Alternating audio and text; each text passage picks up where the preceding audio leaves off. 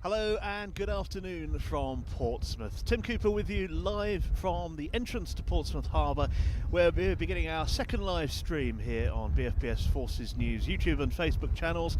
And Mark is bringing us live pictures of the harbour scene at the moment. Earlier on today, you may well have been with us as we witnessed the Carrier Strike Group 25 get underway, with the fleet flagship HMS Prince of Wales leave the harbour, cheered on her way by thousands upon thousands of friends, families and local people in Portsmouth. Well, we're now waiting for another ship that's going to be part of that Carrier Strike Group, and that is HMS Dauntless, the Type 45 destroyer, and she is currently just, we believe, has pushed off from the northwest wall inside the naval base, which is right, as the name would suggest, in the northwestern corner of the naval base, out of our shot at the moment. But you'll see in due course where there's the semaphore tower, which is that stone tower on the right, and to the left of that is HMS Queen Elizabeth, and then there's a Brittany ferry coming in from France. That is the sort of route HMS Dauntless will take, in reverse of course. You know, she'll come out from there, head out of the harbour. So that's what we're expecting. We think the process of leaving began about 6 minutes ago, so very shortly, once that Brittany ferry has berthed and is out of the way, we should get HMS Dauntless coming into our view, and we can watch a very different ship leaving Portsmouth Harbour. But let's take a look at the broader scene here where we are today. We're at the Round Tower, which is a Tudor bastion of defence, as it were, right at the entrance to Portsmouth Harbour, and is the traditional place where people come to wave off their loved ones and indeed welcome them home when they're back from deployment. And earlier, as I said, we had thousands of people here. We have fewer now, but that's to be expected because HMS Dauntless is a much smaller ship, complement 180, 190, something like that, possibly up to 235 if necessary. So obviously there'll be fewer families here because there are fewer people on board, but nonetheless a good contingent of people here. Again, we've got crowds going all the way along, all the way round, which is lovely to see. And as this second part of the Portsmouth end of the Carrier Strike Group, it gets underway. But we've seen an awful lot of action in the naval realm today for Carrier Strike Group 25. As I say, Prince of Wales left earlier and HMS Dauntless is leaving now. At 11 o'clock UK time this morning down in Plymouth, HMS Richmond, the Type 23 anti-submarine frigate based at Devonport, she left there. From Portland, RFA Tide Spring, a Tide-class tanker support ship, will be joining up with them. And also leaving from Devonport today was His Majesty's Canadian ship Ville de Quebec, a Halifax-class multi-role frigate. And joining all of that gang off the coast of Cornwall in the coming days will be two ships from the Norwegian Navy.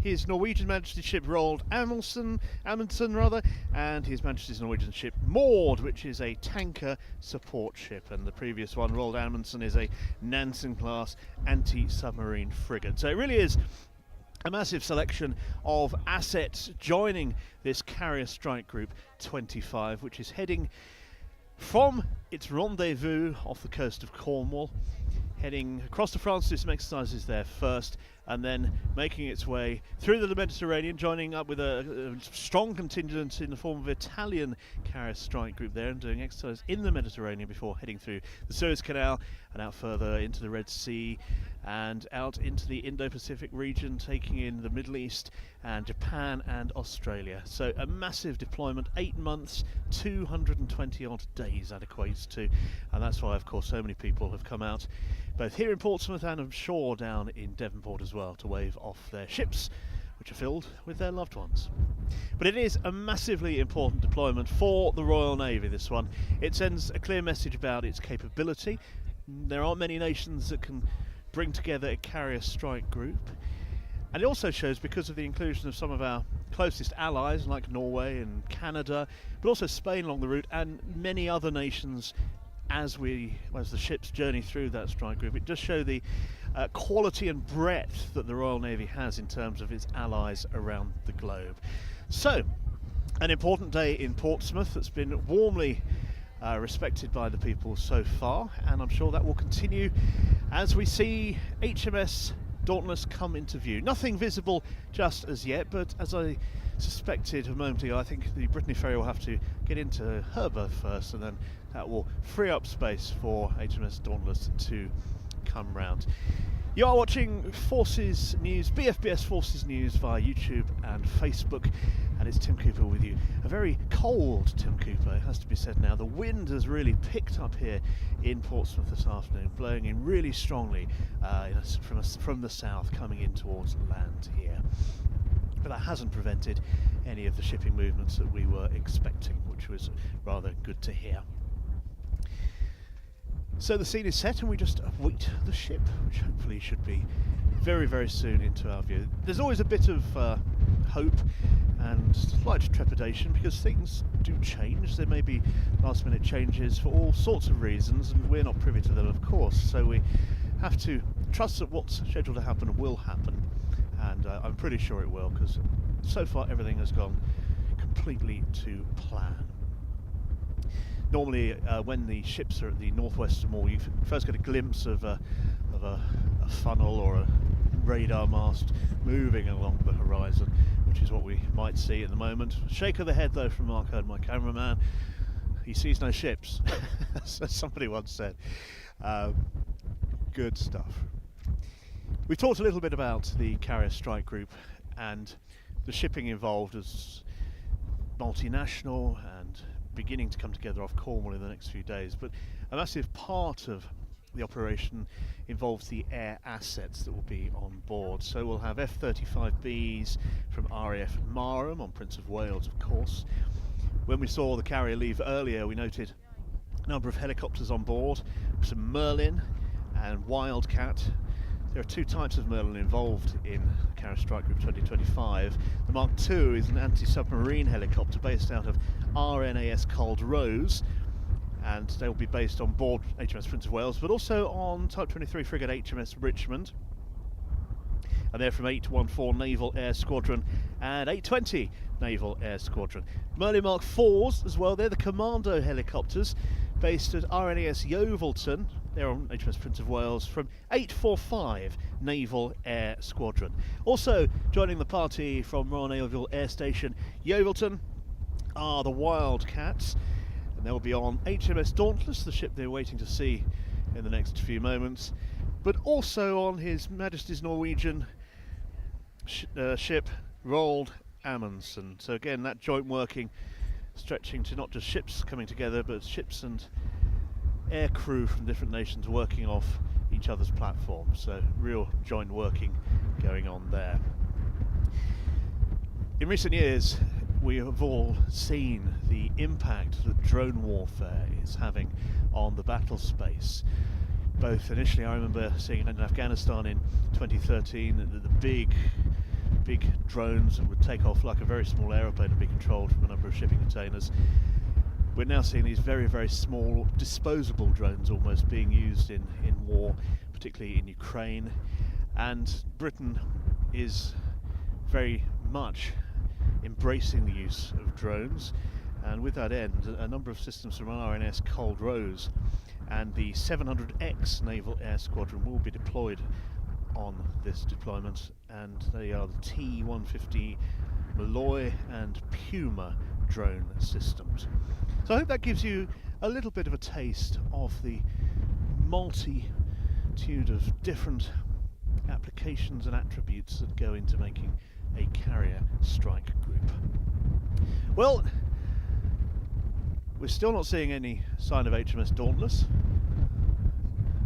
I shall get on to the captain and tell him to get a move on. I'm sure he'll take great notice of me.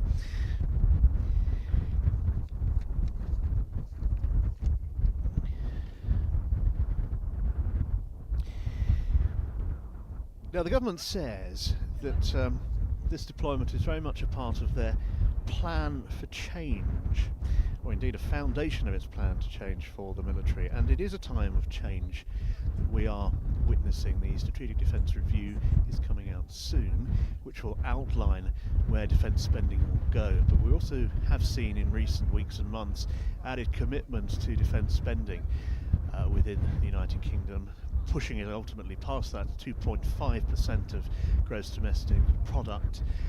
And that, of course, is a direct result of the situation in Ukraine and also the changing global political situation. Who'd have thought, when the idea of a carrier strike group was first mooted and these ships were first ordered, that the world would be where it is now, with a war in Europe, a growing threat from China, and more recently, of course, the changing global situation of the United States with their tariffs and their desire, it appears, to change their position within the structure of the world. So one would argue, and many have, that the reason you have a carrier strike group is so that you can respond to those changing threats and have the maximum amount of resource available to deal with what the world throws at you. Many years ago, I'm sure people will remember, thank you very much, my papers are blowing away, thanks guys. Oh, it's been a long day and my ring binder can't cope. Put that in there, stay, don't. Yeah, many years ago, of course, we had a significant presence out in the Indo-Pacific region. We had a large naval presence in Singapore, and of course we had Hong Kong, and that was drawn back from, because that's what was deemed right to do at the time. So we came back and didn't really operate east of Suez, as they say. But now that has completely changed. The Indo-Pacific tilt is what the military thinkers call it, and that means we need to be in that area. A lot of it has to do with defence cooperation, of course, and working with allies, but a lot of it has to do with money, finance and big business. Some 20% of the imports coming into the United Kingdom, as another bit of paper blows away, yeah, 20% of UK trade, worth in the region of 286 billion, import and export, comes from that Indo-Pacific region. So it is critical for trade. And a part of this deployment will see the naval assets utilised as an opportunity for, but they're alongside in the many ports they're visiting, for British business leaders and companies to get on board and sell UK PLC and try and increase the amount of trade that is done in that region. Well, if you're just joining us, Tim Cooper with you live on BFBS Forces News on YouTube and Facebook, where the picture is very still, apart from the wind, the seagulls, the tops of the waves, little wide waves increasingly spreading across the harbour, but no sign as yet of HMS Dauntless. But we won't be daunted. Well, I could probably manage another 10 minutes of this, then we might start to be daunted. But I'm sure she'll be along very soon. It's a different picture in the harbour to earlier on today.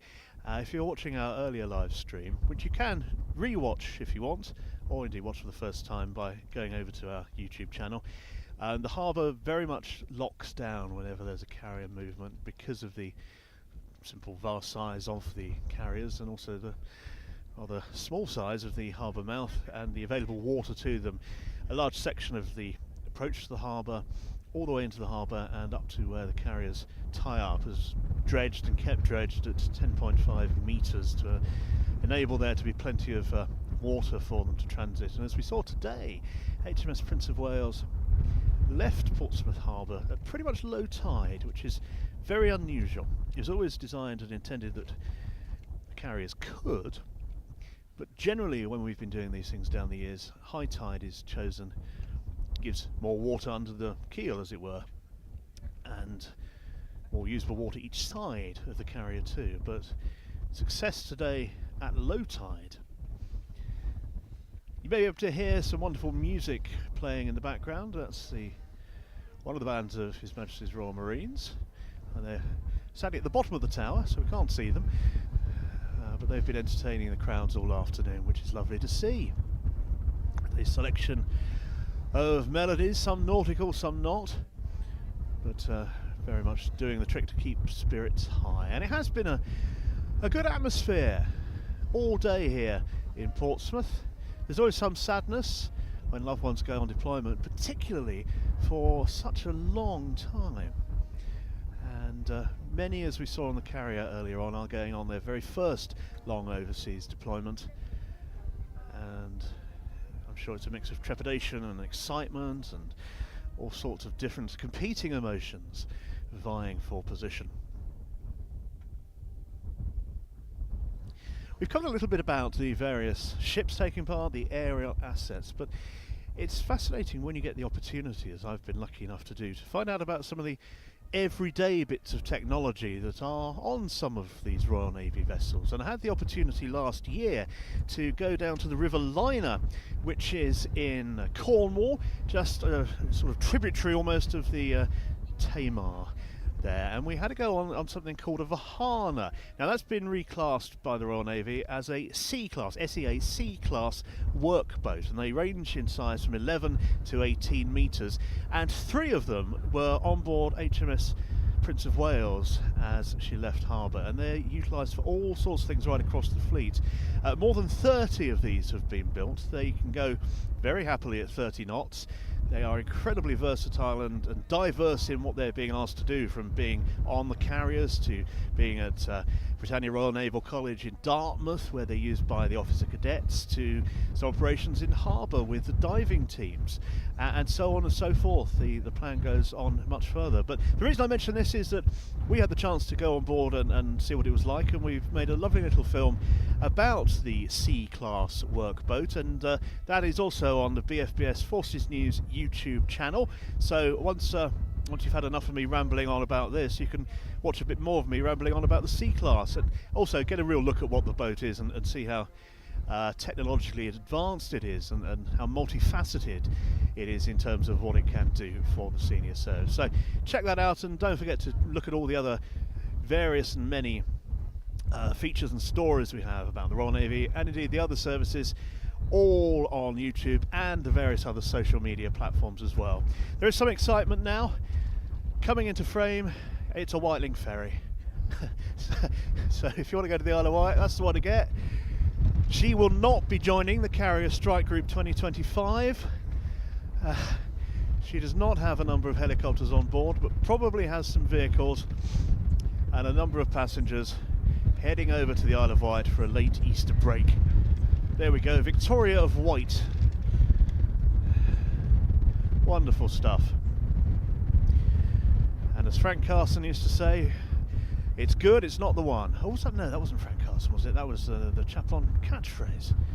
Now, I really am rambling now, aren't I? So we're a little behind schedule, I think it's safe to say, just coming up at 22 minutes past 3. The schedule had been that HMS Dauntless would come away from the wall at 3 o'clock, northwestern wall in the naval base, and come out, and we would have expected that to have happened by now. But as yet, no sign.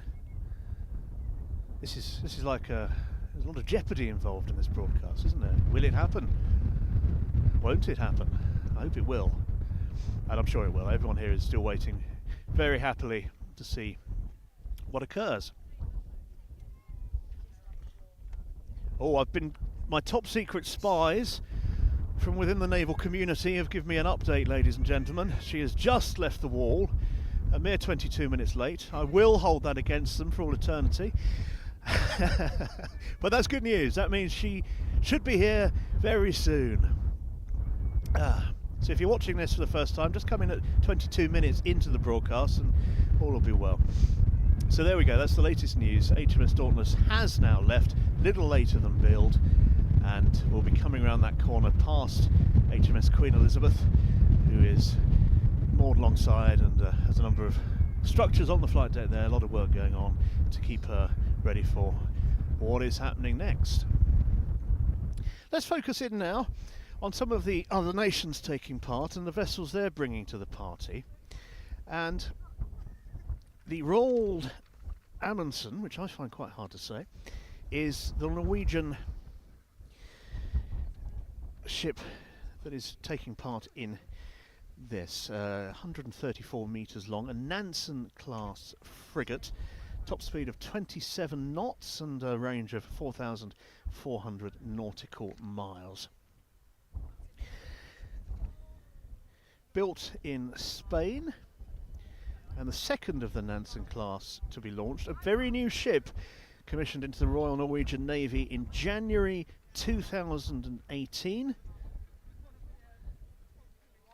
and has been part of several operations already involving a carrier, including the USS Harry S. Truman and their carrier Strike 8. So a really interesting ship to have as part of this. The oldest ship taking part is the Canadian vessel, His Majesty's Canadian ship Ville de Quebec, a Halifax class frigate, been in operation since 1993, so just a smidge older than HMS Richmond, the Type 23 frigate that left Plymouth earlier on today.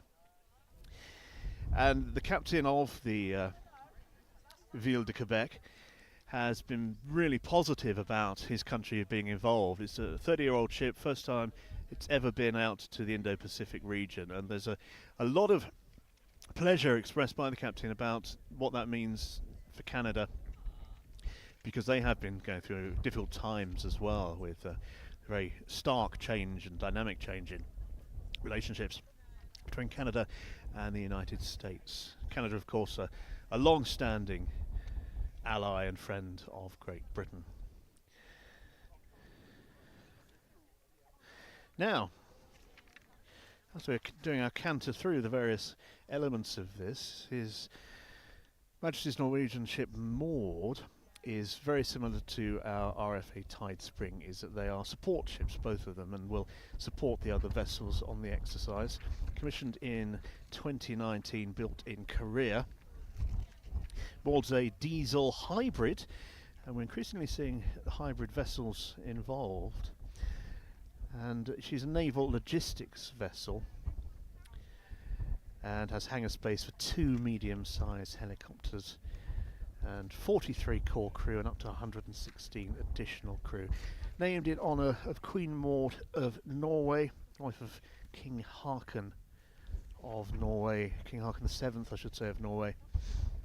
And her design is actually a variation excuse me, of the Tide class tankers which were ordered for Britain's Royal Fleet Auxiliary, which brings me very nicely on to the Tide class tanker that's taking part in this mission, and that is RFA Tide Spring, based out of Marchwood Military Port. You know, a lot of commonality there between that ship and the Norwegian variation of that Tide class. So there we go, a little taster for you of some of the multinational ships that are taking part in Carrier Strike Group, which the British are calling Operation Highmast. And the Defence Secretary John Healey has said, Operation Highmast exemplifies our unwavering commitment to the security and stability of our nation. Mr. Healey went on to say, I want to thank the thousands of our armed forces personnel involved in executing the delivery of this complex operation. As one of only a few nations capable of leading a deployment of this scale, Mr. Healey said, the Royal Navy is once again demonstrating that UK defence is strong, modern and ready to meet the threats of today and of tomorrow. Commodore James Blackmore is leading the UK Carrier Strike Group and said, I'm delighted to lead the UK Carrier Strike Group, encompassing sailors, marines, soldiers and aviators from across the UK and Allied armed forces, working closely with partners from across the globe. Operation Highmast will demonstrate credible deterrence and support to NATO and the rules of international order. This will reaffirm that the UK is secure at home and strong abroad, and reinforce the UK's commitment to the Indo-Pacific. So interesting to hear those words from both the Defence Secretary and also the Commodore in charge of the Carrier Strike Group. And that is the normal way of things. Obviously HMS Prince of Wales, the lead ship in the Carrier Strike Group, has a commanding officer, a captain in charge, but there is another cabin just off from the captain's cabin, which is where the Commodore will base themselves, and that will be the command centre for the entirety of the strike group operations. Well, the deployment's beginning with around 2,500 military personnel. Many more will come and some will go during the course of it. About 2,100 British taking part initially, 200 Norwegians and a similar number of Canadians and Spanish as well. And that will rise to over 4,500 for some of the key exercises as the force reaches the Indo-Pacific. Well, there we go. That's some of the facts and figures, whys and wherefores of what we're seeing. But I'm delighted to say we can now see sort of a golf ball on top of a diamond, or best described, just now disappearing behind the islands of HMS Queen Elizabeth. But that signifies a Type 45 is on the move, and just coming out the other side of the aircraft carrier now is a tug. Behind that is HMS Dauntless. There we go. It's a fascinating shot there that Mark's got, and it really does show the difference in scale between the carrier and the Type 45. And I remember when the Type 45 came in, it really dwarfed some of the other ships that were in it, how things are changing. So there we go, moving at good speed now. HMS Dauntless just almost clear of HMS Queen Elizabeth. And turning ever so slightly. Very soon her bows will be pointing directly towards the exit of Portsmouth Harbour. And already at this distance I can see that members of the ship's company are adopting procedure Alpha, as it's known, where they'll be in their number ones, Chile, and lining the external areas a few feet apart each. Lovely opportunity to wave goodbye to family and friends. One thing you'll notice that's very different on the Type 45s compared to the Type 42s and indeed the Type 23s is that they had a lot more external space, if it were. These are stealth ships. A lot of the sides are passages are behind the metal, as it were. There's no midships passage on this like there would be on a Type 23. So there is limited deck space for people to be, and restricts really people to the front and stern, with areas of the bridge wing as well and other smaller places where people can stand, but still nonetheless a lovely sight to see. The harbour continues to operate much more freely now, unlike with the carrier, because this is a much smaller ship and a fairly routine transit for the size of a Type 45 to come in and out of Portsmouth Harbour. So you're seeing lovely pictures now of HMS Dauntless. In a moment or two, another white thing from White Link will get in the way. That's the St Clair ferry that's coming in. But within the next 5 minutes or so, I think, HMS Dauntless will be alongside us here. And then she'll be out into the Solent.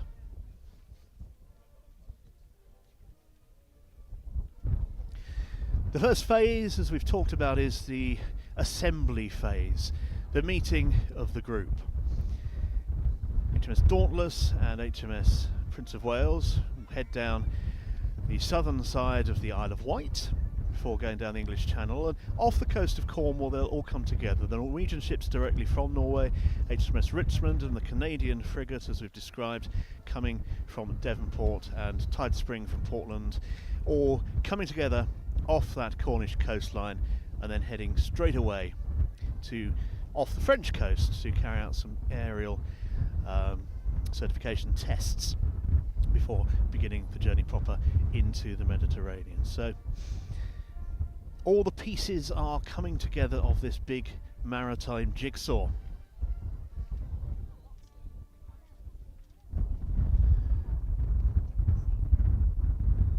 If you've ever been down to Portsmouth, you'll know that the hill you can see in the background of the pictures here is Portsdown Hill, and out of our shot, but you know, if you go right along it to the right, you will see an outline very similar to a Type 45 at one of the naval research stations up there, and that sort of dominates the skyline. It's fascinating to see, and fascinating to see, of course, on the ship as well. So once again, you're with Forces News, Tim Cooper, and we're live on YouTube and Facebook, all brought to you by BFBS, British Forces Broadcasting Service. And we are, of course, the channel that the sailors get to watch.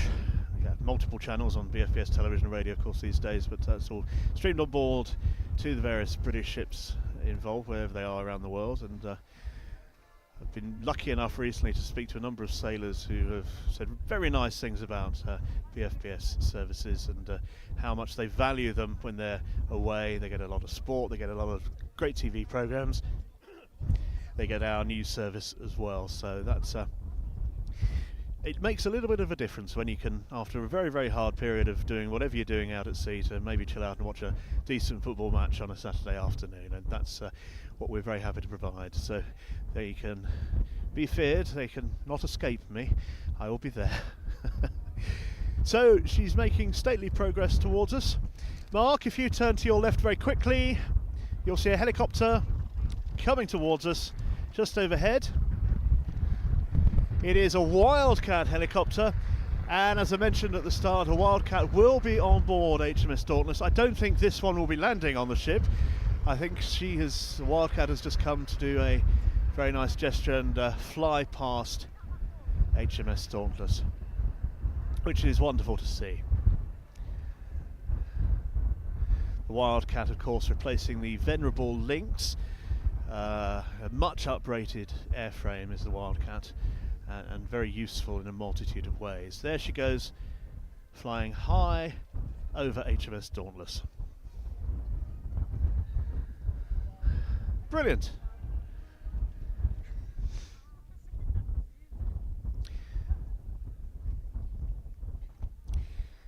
If you're into tugboats, then you'll notice that this is a much smaller tug than the SD Tempest, which led the carrier out earlier. And from what I can see, we only have one tug in operation, which would be about right. There might sometimes be a rear one at the stern, but I think I can only spot the one so far. When carriers do go out, they're supported by a lot of tugs and police launches as well to keep everybody safe, and they go with them for some distance into the Solent. And as we've been waiting here this afternoon between the carrier going and this ship going, it's lovely to see all the various elements come back into the harbour, having released themselves from the carrier and coming back in, and we got to witness all that this afternoon, which was lovely to see. So very, very steady progress, I would describe this as. Definitely not a race. But a nice, reasonable wake there at the front of the tug, which is guiding HMS Dauntless slowly towards us. Ship now is about level with Gun Wharf Quays. There'll be lots of people there watching on.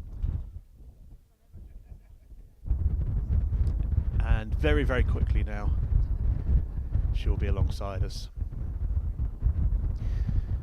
Police launches just keeping an eye on things. They're not stopping any of the yachts or pleasure craft because there's plenty of room for all at this stage, but they're just on hand in case someone does something they shouldn't or tries to cut across the front of the ship, which is not what we want. The Wildcat is still lurking in the vicinity of the north of the dockyard. May make another pass in a minute. It's possible.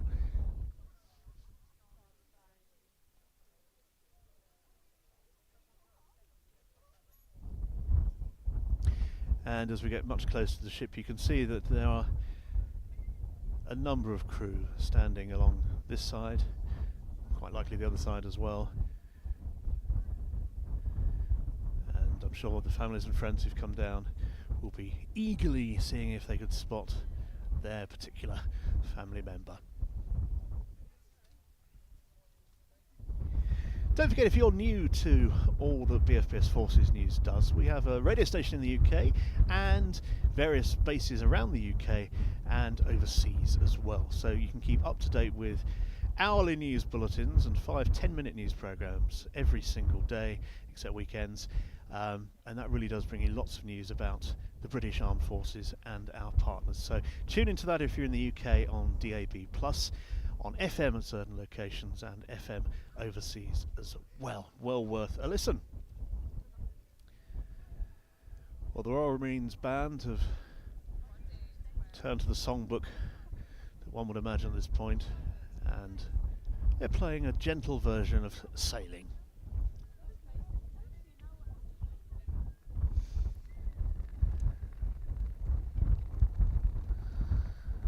Flags are starting to come up now. And as I noticed earlier, it becomes quiet at this point, but I suspect any minute now there'll be a blast from HMS Dauntless and the cheers will begin. So let's just listen in to the music and to the atmosphere for a few minutes.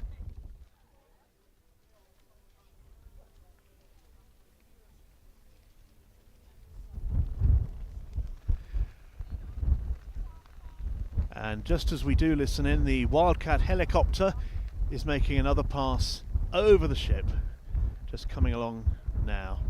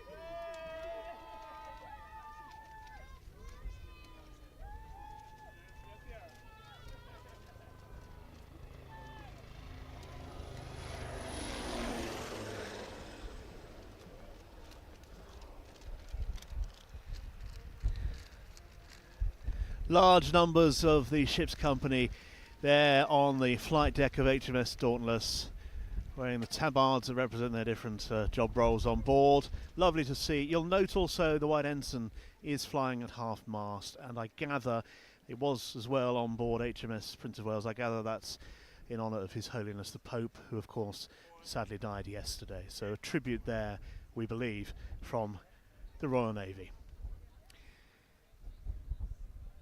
The second ship to leave Portsmouth today to take part in this vital carrier strike group, projecting the ability and strength of the Royal Navy right around the globe.